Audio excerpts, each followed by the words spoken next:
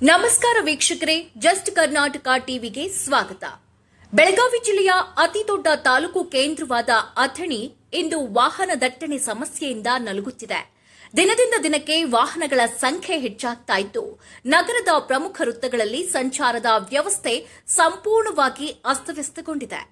ಅಂಬೇಡ್ಕರ್ ವೃತ್ತ, ದೇಸಾಯಿ ಸರ್ಕಲ್ ಹಾಗೂ Basaveshwara ವೃತ್ತಗಳಲ್ಲಿ traffic signal ಇಲ್ಲದ ಕಾರಣ ವಾಹನ ಸವಾರರು ಮತ್ತು ಸಾರ್ವಜನಿಕರು ಪ್ರತಿನಿತ್ಯ ತೊಂದರೆಯನ್ನ ಅನುಭವಿಸುತ್ತಿದ್ದಾರೆ.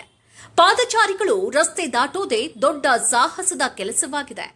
ಸುಗಮ ಸಂಚಾರಕ್ಕಾಗಿ ಪ್ರತ್ಯೇಕ ಟ್ರಾಫಿಕ್ ಪೊಲೀಸ್ ಠಾಣೆ, ಅಗತ್ಯವಿರುವ ಕಡೆಗಳಲ್ಲಿ ರೋಡ್ ಬ್ರೇಕರ್ ನಿರ್ಮಾಣ ಹಾಗೂ ರಸ್ತೆ ಅಗಲೀಕರಣವನ್ನ ಕೂಡಲೇ ಕೈಗೊಳ್ಳಬೇಕೆಂದು ಹೋರಾಟಗಾರ ಪ್ರವೀಣ್ ನಾಯಕ್ ಸರ್ಕಾರವನ್ನ ಒತ್ತಾಯಿಸಿದ್ದಾರೆ.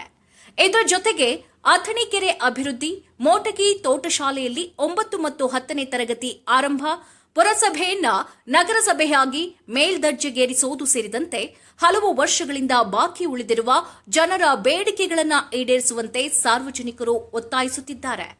ಅಥಣಿಗೆ ಮುರುಗೇಂದ್ರ ಶಿವಯೋಗಿ ರೈಲ್ವೆ ನಿಲ್ದಾಣ ಅಥವಾ ಜಿಲ್ಲಾ ಕೇಂದ್ರದ ಸ್ಥಾನಮಾನ ನೀಡುವ ಬೇಡಿಕೆಯು ಮತ್ತೊಮ್ಮೆ ಬಲವಾಗಿ ಕೇಳಿಬಂದಿದೆ. ಬರುವ ಅಧಿವೇಶನದಲ್ಲಿ ಅಥಣಿಯ ಈ ಜ್ವಲಂತ ಸಮಸ್ಯೆಗಳ ಕುರಿತು ಸರ್ಕಾರ ಗಂಭೀರವಾಗಿ ಚರ್ಚಿಸಿ ಶಾಶ್ವತ ಪರಿಹಾರ ಕಲ್ಪಿಸಬೇಕೆಂದು ಸಾರ್ವಜನಿಕರು ಆಗ್ರಹಿಸಿದ್ದಾರೆ. ವರದಿ ಮಹೇಶ್ ಶರ್ಮಾ, ಜಸ್ಟ್ ಕರ್ನಾಟಕ ಟಿವಿ, ಅಥಣಿ.